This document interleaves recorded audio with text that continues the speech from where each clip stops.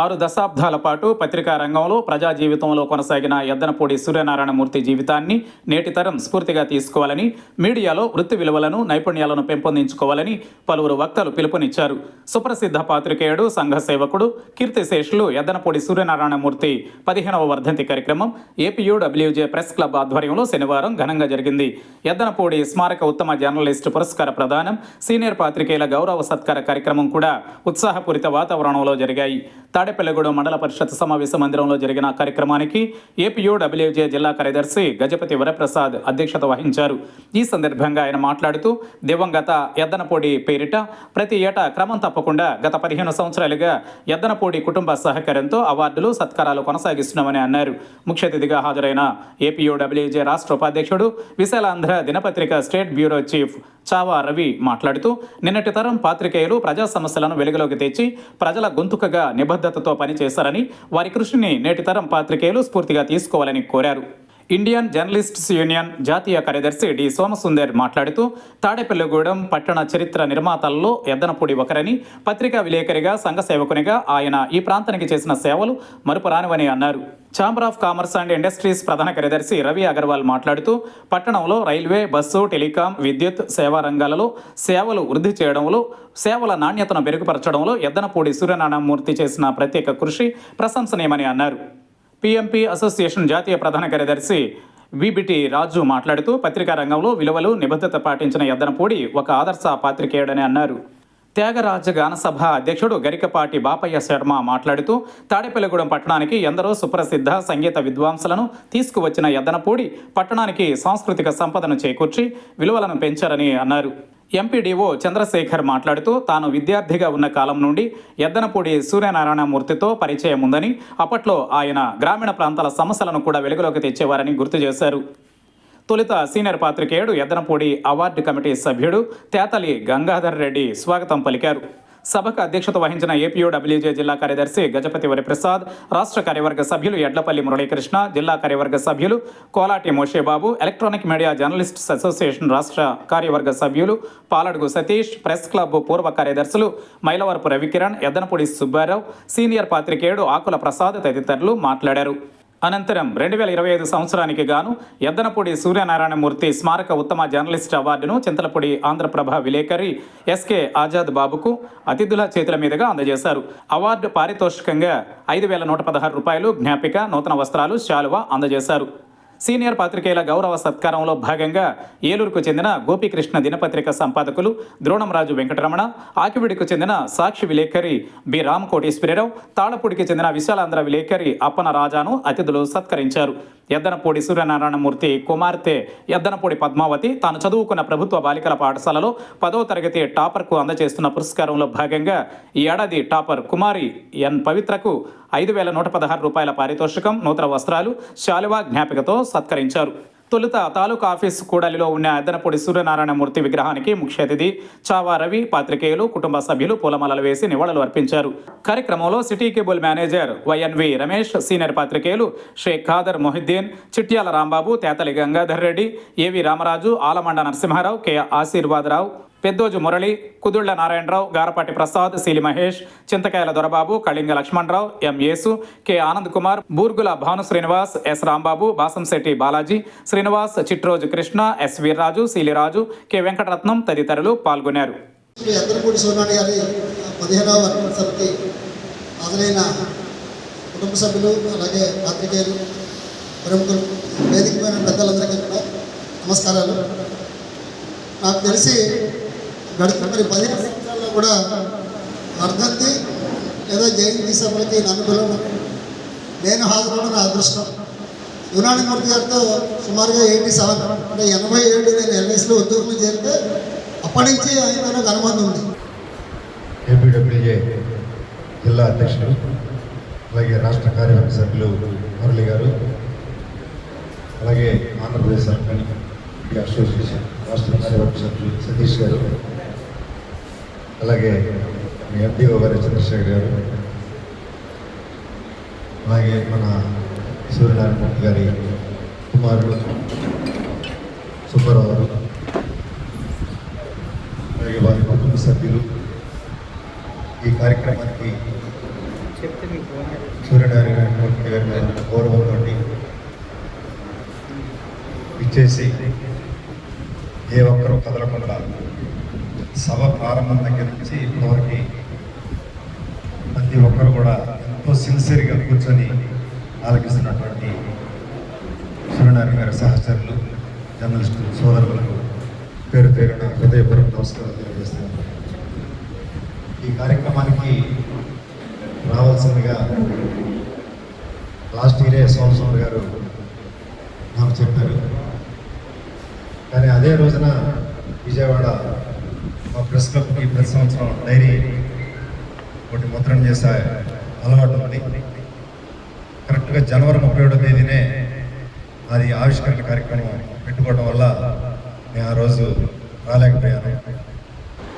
ఈ కార్యక్రమానికి మీరంతా కూడా అటెండ్ అవుతూ ఇదే తొలి కార్యక్రమం అన్న విధంగా ఈ కార్యక్రమాన్ని విజయవంతం చేయడం అనేది చాలా సంతోషం, చాలా స్ఫూర్తిదాయకం.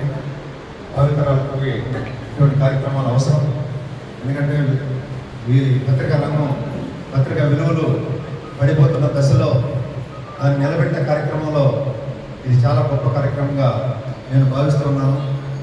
అలాగే సూర్యనారాయణ మూర్తి గారి విగ్రహాన్ని కూడా బయట మనం నివాళులర్పించడం జరిగింది. నిజంగా అది కూడా చాలా గొప్ప కార్యక్రమం. నేను ఈ జర్నలిస్టుల్లో ఎన్సీ గారు మనకు యూనియన్ వ్యవస్థాపక అధ్యక్షులు, ఆయన విగ్రహాన్ని యూనియన్ వ్యవస్థాపక దినోత్సవం సందర్భంగా ఆ రోజు నివాళులు అర్పిస్తూ ఉంటాం. ఆయనకు ఉంది విగ్రహం శ్రీకాకుళంలో కానీ హైదరాబాద్లో కానీ. మరలా నేను జర్నలిస్టుల్లో సూర్యనారాయణ మూర్తి గారి విగ్రహాన్ని ఇక్కడ నేను చూడటం చాలా గొప్ప విశేషంగా నేను భావిస్తూ ఉన్నాను. ముఖ్యంగా ఆయనకున్న పేరు, ఏ రకంగా ఎంత మంచి పేరు సంపాదించుకున్నారు. ఆయన జమీందారు కుటుంబం అయినప్పటికీ పేద ప్రజల కోసం సమస్యలు, సామాజిక సమస్యలు నివారణకి, ప్రజా సమస్యల్ని పరిష్కరించడానికి ఆయన పడిన తపన మనందరికీ ఆదర్శప్రాయం. భవిష్యత్తులో కూడా మీరు ఇదే విధంగా కొనసాగించాలని, ఆయన ఆశయాల సాధనకి మనందరం కంకణబద్ధులై ఉండాలని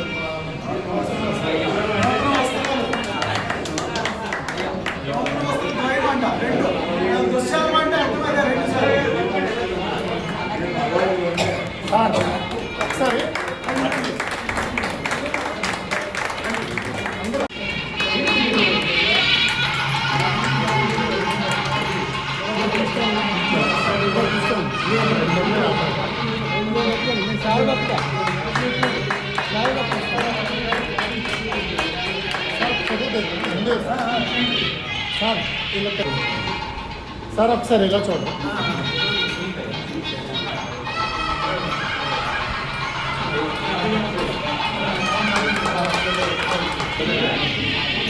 సార్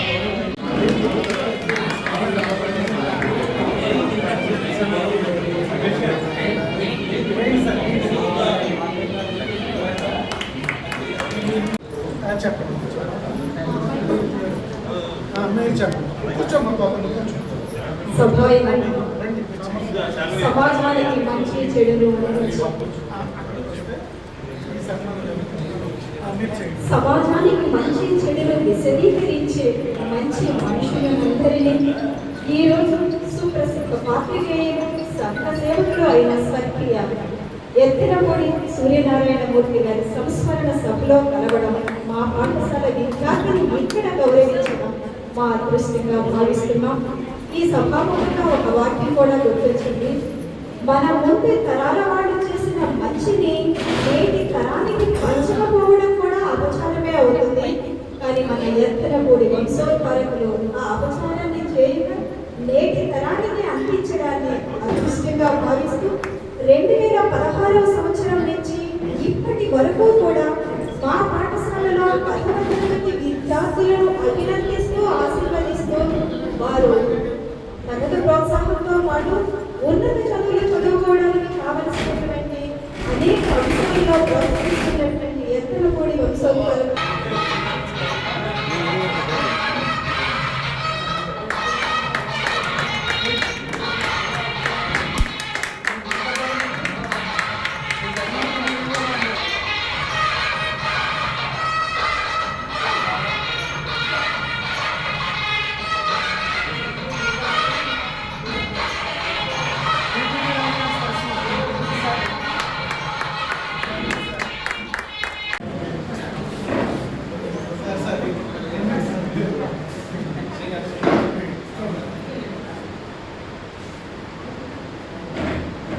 అపరాగా 2 మాట్లాడుతుంది సార్.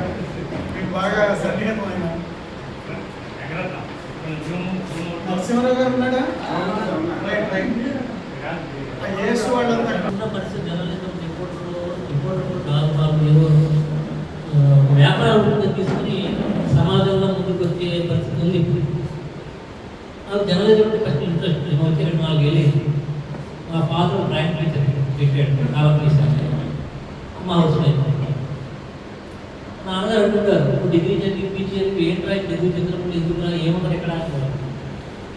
ఈ ఏంటో నాకు సమాజంలో పీజీ ఉండాలి, నాకు దానికి పేరు అనేది తిరకాలం ఉంచాలి ఆలోచనతో డిగ్రీ చదివి పీజీ చదివి ఇప్పుడు తీసుకుంటే నాగాడు మీ తోటలో ఉద్యోగం చేస్తున్నారు, మీ చిత్రంలో ఇద్దరు అనుకుంటారు.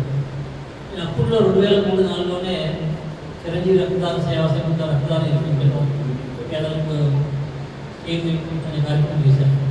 అయితే ఇలా కాదు కానీ ఒక వేదిక కావాలి అనే ఆలోచనతో జర్నలిస్ట్గా మా యొక్క జీవితాన్ని ప్రారంభించి మామూలుగా వృత్తిపరంగా కంప్యూటర్ ఫ్యాకల్టీ చేసేవాడిని 2004 నుంచి కూడా. ఆ వేదిక అప్పటి నుంచి కూడాను ఆర్టీవీలో, సూర్యపత్రికలో, ఆంధ్రప్రభలో చేశాను. తర్వాత మా దాంట్లో బ్లడ్ క్యాంప్ ఏర్పాటు చేయడం, రక్తదానం కావాలని చెప్పడం అప్పటి నుంచి కూడా 24 కంటే ఇప్పటికి అవుతుంది. తర్వాత 2020లో నాన్నగారు కాలం చేయడం, నాన్నగారి పేరు అజిత్ చారిటీ ట్రస్ట్ అని చెప్పి నాకు దాంట్లో మా కుటుంబ సభ్యుల సహకారంతో ఈ విధంగా సేవా కార్యక్రమాలు అక్కడ చేస్తున్నాను. ఎందుకంటే ఎత్తనపూడి సూర్యనారాయణ పెద్దలు ఆయన గురించి చెప్పిన వయసు లేదు, చెప్పే అర్హత లేదని అనుకుంటున్నాను. కానీ మా ఏరియాలో సింగల్ జర్నలిస్ట్ అంటే మా పెద్దలు గురుగారు సంస్కృత గారు తెలుసు, మూర్తిజలి గారు ఏమో ఉండేవారు. మూర్తిజలి గారు ఇప్పుడు ఉన్నారు. ఆయన కూడా 95 ఇయర్స్, ఆయన కూడా 60 ఇయర్స్ నుంచి జర్నలిజం ఉన్నారు. ఆయన మా ఏరియాలో సింగల్ జర్నలిస్ట్ అంటే మూర్తిజలి గారు ఉండేవారు. కానీ నాకు వచ్చిన తర్వాత నిజంగా జర్నలిజం అనేది పెద్దలు సూర్యనారాయణ గారి రూపంలో నేను భౌతికంగా లేకపోయినా ఆయన విలువ రూపంలో ఖచ్చితంగా ప్రతి అంశం నమ్ముతున్నాను ఖచ్చితంగా. ఎందుకంటే మేము ఆయన గురించి తెలిసిన తర్వాత ఆయన గురించి రానున్న కాలంలో మా చంద్రపూడి గ్రామీణ ప్రాంతంలో కావచ్చు, మాకున్న డివిజన్ పరిధిలో ఖచ్చితంగా సూర్యనారాయణ గారి గురించి సెమినార్ అనేది ఖచ్చితంగా నేనైతే ఏర్పాటు చేస్తాను. ఎందుకంటే అందరూ తెలుసుకునేది చెప్పాలి అనే అభిప్రాయం ఉన్న సమయాల ద్వారా పెద్దలందరికీ ధన్యవాదాలు. ఈ రోజున సూర్యనారాయణ గారి ఈ సభలో పాల్గొనేది నా పూర్వజన్మగా భావిస్తున్నాను.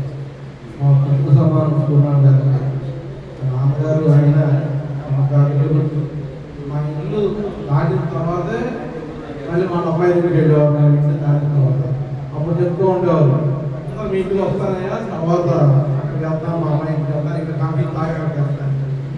ఒకటి కాదు, నేను చాలా చెప్తూ ఉంటున్నా ఇంట్లో గురించి చెప్పడానికి దగ్గర అవకాశం ఇవ్వలేదు. స్పందన 2 నిమిషాలు, 1 నిమిషం, 3 నిమిషాలు అని చెప్తున్నారు. 3 నిమిషాల్లో సూర్యుడు గారి గురించి స్పందన చెప్పడం అనేది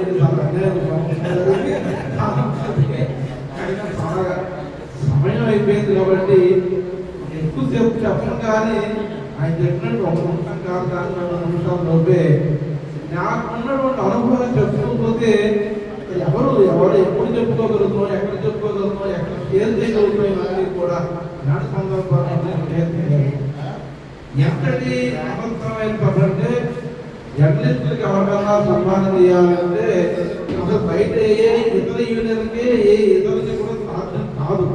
జర్నలిస్టుల సన్మానం ఎందుకు చేయాలి, ఎవరు చేయాలి, ఏ జర్నలిస్టులు చేయాలి, ఏ అధికారులు చేయాలి, ఏ సంఘీయ సంస్థ చేయాలి అని ఎవరికి చేస్తే వాళ్ళకే వీళ్ళు చేయలేదు, వాళ్ళకి చేయలేదు అనేటువంటి అభిప్రాయాలు ఉంటాయి.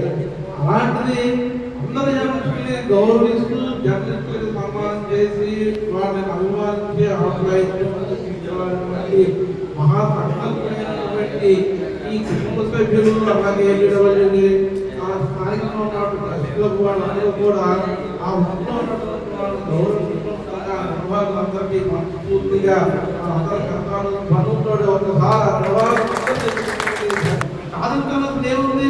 నమ్మకం అంటే అదృష్టం. నమ్మకం అదృష్టంగా ఆయన సోమవారి గారు ఇచ్చారు, వెంటనే వస్తానని చెప్పడం, ఇక్కడ రావడం అనేది మరుపురానటువంటి విషయం. నేను ఎన్ని సంవత్సరాలు వ్యాపారం నిర్వహించినా ఈ జనవరి 31వ తారీఖున ఈ కార్యక్రమంలో నేను పాల్గొనడం అనేది ఎప్పుడూ కూడా మర్చిపోలేని విషయం.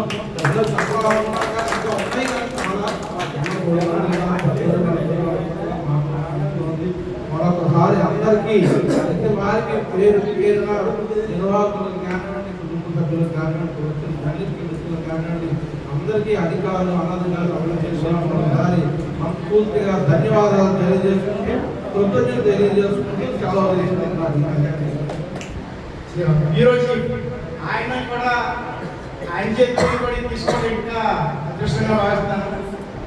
అంటే పాత్రికేయ వృత్తి అనేది అప్పట్లో ఎలా ఉన్నా ఇప్పుడు కూడా చెప్పాల్సింది ఏంటంటే నిబద్ధత కూడా పాత్రికేయ వృత్తి చేయాలంటే కత్తి మీద సామే.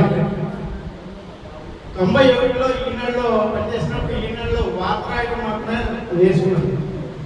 కొన్ని ఇబ్బందులు వచ్చి ఆ తర్వాత వార్త పత్రికలోకి వచ్చిన తర్వాత ఈ సమాజంలో ఎలా బతకాలి, అలా వార్త రాసిన తర్వాత ఏదైనా అయితే ఎలా ఇబ్బంది ఆ ఇబ్బంది ఎలా ఎదుర్కోవాలి అనే విషయాలు అప్పుడు అవగాహన అయ్యాయి. అలాగా ఎన్నో ఒడిదుడుకులు దాటుకుంటూ ఈ పాత్రికేయ వృత్తితో సాధించేది ఏముంది అనే బాధపడగలిగే విషయం అనేక సంఘటనలు ఉన్నాయి.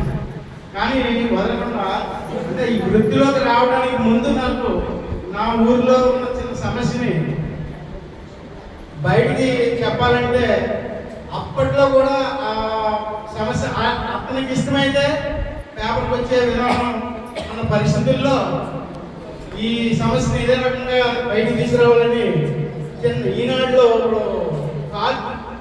పోస్ట్ కార్డులని ఒక చిన్న కాలం ఉంది. ఆ కాలంలో రాసిన తర్వాత ఇంకా పత్రికకి దగ్గర అయ్యి ఈ పాత్రికేయ వృత్తిలోకి వచ్చారు.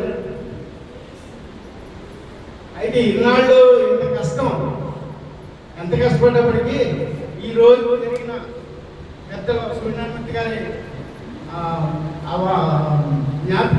జ్ఞాపకంగా ఇచ్చిన అవార్డుని పొందినప్పుడు ఈ పెద్దలందరి మధ్య ఈ అవార్డును పుచ్చుకున్నప్పుడు చాలా తృప్తినిచ్చింది. ఇది మరువలేనిది నాకు